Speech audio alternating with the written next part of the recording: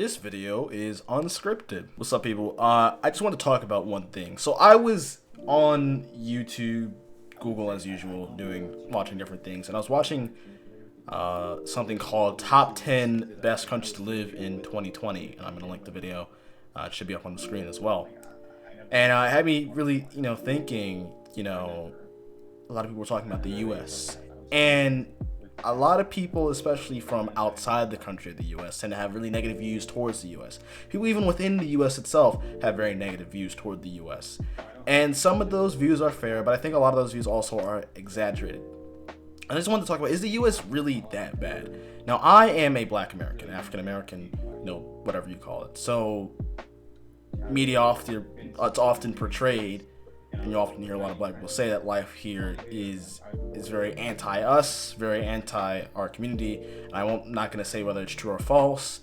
I will say that I think my experience is probably different from a lot of Black Americans. I am a middle class Black American. I grew up, I won't say extremely privileged, but I grew up relatively privileged in proportion to other people, especially Black people that may grow up in this country. My parents haven't always been middle class. We were kind of lower middle class when I was really young. Like, we had an apartment in a not so good area. I went to school in Baltimore inner city, which wasn't that good at all. But besides that time in my life, every other time I've been to reasonably good to really good schools. Education has always been a priority within my family, and all of that. And that's a small aspect of life in the U.S. But really, I guess this video is not really, is the U.S. that bad? It's really about my life in the U.S. And my life in the U.S. has actually been relatively good. Now, of course, that's obviously ignoring, 2020, how bad it's been, how bad that year has been for a lot of people. The storming of the Capitol, different socioeconomic situations, economically, it's not doing too high. It's okay, but ignoring all of that, I guess in terms of my personal life, the biggest issue I've had maybe is like mental stability during quarantine. And I was actually really okay for the longest time. I actually still am okay right now. It's just, I find it that when you're in house all day, every day, because I'm a senior, right? I'm going to college soon, so I'm not away from home right now. But when you're in the house every day, all day, you can lose motivation, like working out. Like, it was hard for me to work out because I used to work out every day, when we were still going to school. And for whatever reason, you think it's easier. You're home every day. Working out should be easy. And it's like, if you lose motivation, lack of sun, and all that. Besides, obviously 2020 being a mediocre year for probably a lot of people, I was blessed to have it not as terrible as it could have been for me.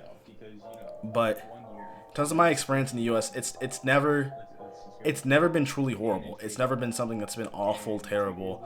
I've actually never experienced like any form of direct racism, like in person. I've only experienced that like online, like playing video games. So that happens to a lot of people, I feel. I don't really take offense to that either. Because it's what happens. And I'm not saying it's right or anything, but it is just what happens. So I really don't take offense to that kind of stuff. And then in terms of, like I said, in person, everyone I've usually run into in the real world has been pretty polite. And of course, I know there are Americans that are rude as hell. And I'm not gonna say everyone. I have run into a couple of off people, obviously. Like, I've met some fair share of shit people in my life. But on average, in terms of socialities and all that, life does tend to be enjoyable. And I think we overlook, I feel a lot of people from other countries and people in America itself, you really overlook and forget to value some of the life that is good here in America, some of the things that are great here in America, some of the things we do have that are really good. And let me make this clear, America needs to fix some shit.